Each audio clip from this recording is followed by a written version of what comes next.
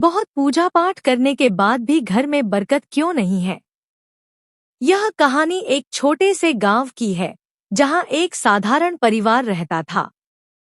इस परिवार में रामदीन, उसकी पत्नी सीता और उनके 2 बच्चे गोपाल और मीना थे। रामदीन का परिवार भगवान के प्रति अत्यंत निष्ठावान था। जीवन में आस्था का महत्व। रामदीन और सीता दोनों का मानना था कि यदि वे नियमित रूप से पूजा पाठ करेंगे तो उनके घर में सुख शांति और समृद्धि बनी रहेगी। उनके दिन की शुरुआत भगवान के नाम के साथ होती थी और रात को भी वे भगवान को धन्यवाद देकर सोते थे। गोपाल और मीना भी अपने माता पिता की तरह ही भगवान में विश्वास रखते थे और पूजा में भाग लेते थे। कठिनाइयां शुरू होती हैं। समय बीतता गया, लेकिन रामदीन के परिवार की आर्थिक स्थिति में कोई सुधार नहीं आया। रामदीन खेती करता था, लेकिन फसलें अक्सर खराब हो जाती थीं। सीता घर में सिलाई का काम करती थी, पर उससे भी ज्यादा आमदनी नहीं हो पाती थी। गोपाल और मीना अच्छे छात्र थे, लेकिन उनके लिए पढ़ाई के लिए जरूरी चीजें जुटाना मुश्किल हो गया था। निराशा और सवाल। रामदीन और सीता ने जब देखा कि उनकी सारी मेहनत और पूजा पाठ के बावजूद उनकी स्थिति में कोई सुधार नहीं हो रहा है, तो वे निराश हो गए। एक दिन रामदीन ने सीता से कहा, इतना पूजा पाठ करने के बाद भी हमारे घर में बरकत क्यों नहीं है? क्या भगवान हमारी प्रार्थनाओं को नहीं सुनते? सीता ने भी इस सवाल का जवाब नहीं पाया।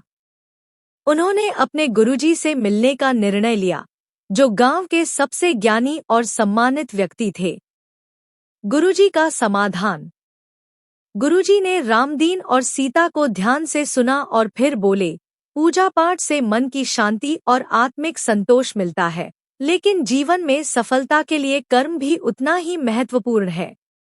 भगवान ने हमें कर्म करने का आदेश दिया है और केवल पूजा पाठ से हम अपनी जिम्मेदारियों से नहीं बच सकते।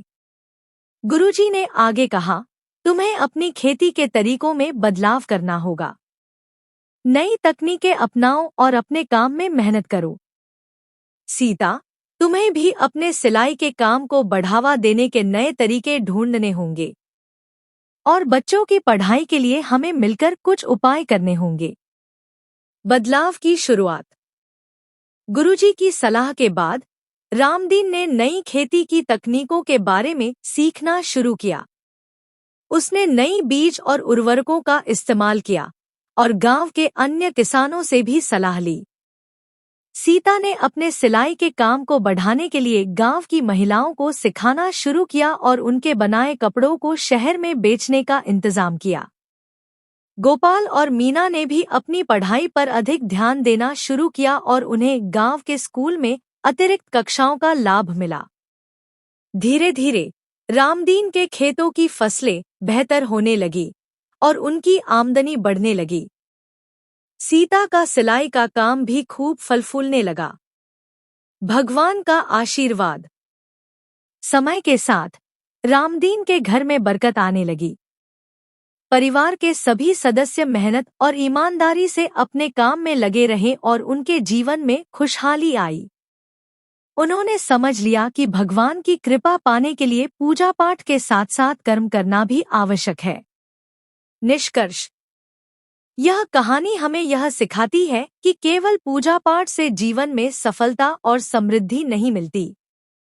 इसके लिए हमें अपने कर्मों पर भी ध्यान देना होता है। भगवान उन लोगों की मदद करते हैं जो अपनी मेहनत और ईमानदारी से अपने कर्तव्यों का पालन करते हैं। रामदीन और उसके परिवार ने गुरुजी की सलाह मानकर अपने जीवन में बदलाव किया और अपने कर्मों से भगवान का आशीर्वाद पाया। अगर आपको हमारी जानकारी अच्छी लगी हो तो इस वीडियो को लाइक करें और हमारे चैनल को सब्सक्राइब करें और हमें कमेंट करके बताएं कि आप और किस विषय पर कहानी सुनना चाहते हैं।